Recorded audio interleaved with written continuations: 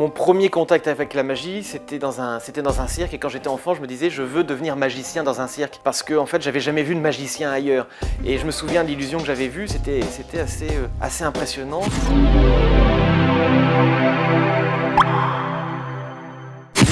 Une crémation, un magicien enfermait une femme dans une boîte, c'était sur une civière, c'était une boîte en métal bien solide, et elle était dans cette boîte-là. Il prenait un bidon d'essence, il mettait de l'essence dedans. Au début, je pensais même que c'était un gag, je me suis dit il peut pas mettre le feu.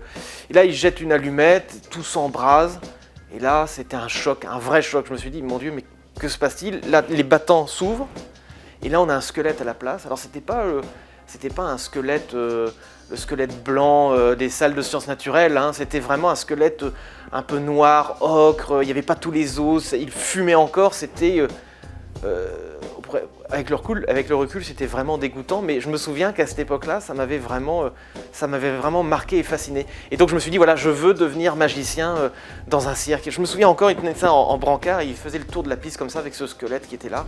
Et d'ailleurs, encore aujourd'hui, je peux peut-être imaginer comment ça peut fonctionner, mais dans mon souvenir, c'était vraiment l'illusion la plus marquante et la plus nette qui soit. Ça, c'était vraiment mon premier contact avec la magie. Et après, un peu plus tard, c'était à la télévision. Donc là, j'ai vu que les magiciens pouvaient faire d'autres choses aussi ailleurs. Et c'était quelqu'un qui s'habillait en druide et qui faisait des tours de cartes. Et cette personne, je l'ai su bien après, par hasard, parce que j'avais enregistré en fait l'une de ses émissions. C'était une émission qui était présentée par Karen Cheryl à l'époque, je me souviens très bien. Et je suis retombé sur une de ces émissions-là, et cette personne s'habillait en druide, et cette personne, c'était Dominique Duvivier. Et c'est marrant parce que voilà, je l'ai reconnu, mais genre 20 ans plus tard, en me disant « mais oui, mais c'était Dominique Duvivier ». Donc ça a été mon premier contact avec la magie des cartes, et je me souviens, j'avais pris, juste après cette émission-là, après avoir vu Dominique Duvivier faire tout ça, j'avais pris un jeu de cartes et j'essayais de faire des choses moi aussi, alors c'était pitoyable évidemment, mais là je me suis dit, voilà, c'était un rêve de devenir magicien. Je me suis formé, j'ai commencé à l'âge de 12 ans, c'était un petit peu par hasard, c'était dans une MJC, donc une maison de la jeunesse et de la culture. Il y avait des stages qui étaient organisés, il y avait un stage photo qui m'intéressait bien, il y avait un stage aussi art magique. Je me suis dit, allez, c'est l'occasion ou jamais, je vais y aller, peut-être que je vais apprendre certaines choses et j'espère que ça me conviendra. Et j'y suis allé et je suis tombé amoureux de la magie définitivement, le virus m'a pris. Ce stage était animé par un magicien qui s'appelle Daniel Miraskil, et c'est lui vraiment qui m'a formé. Alors le stage n'a duré qu'une semaine, que je connais encore. Alors j'avais 12 ans, donc ça fait plus de 20 ans maintenant. Les éternels balmous qu'on apprend au début, etc. Et pendant une semaine, voilà, j'ai appris tout ça. Puis après, j'ai travaillé 1 an tout seul. Il nous avait conseillé quelques livres. Alors j'ai lu, j'ai regardé un petit peu.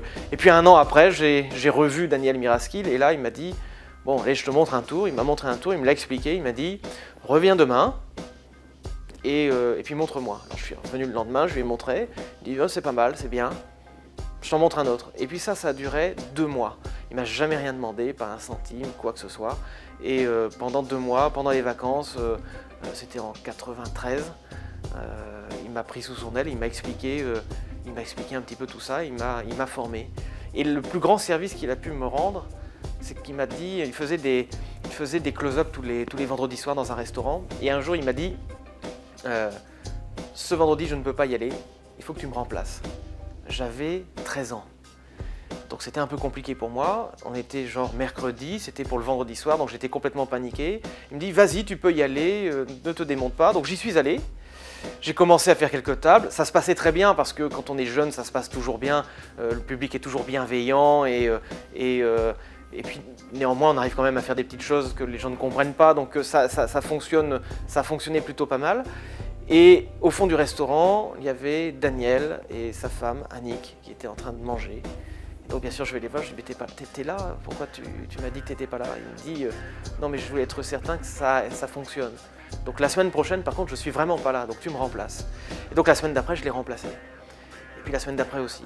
Puis la semaine d'après aussi, j'ai fait ça de mes 13 ans à mes 17 ans. Donc c'est là que j'ai appris en fait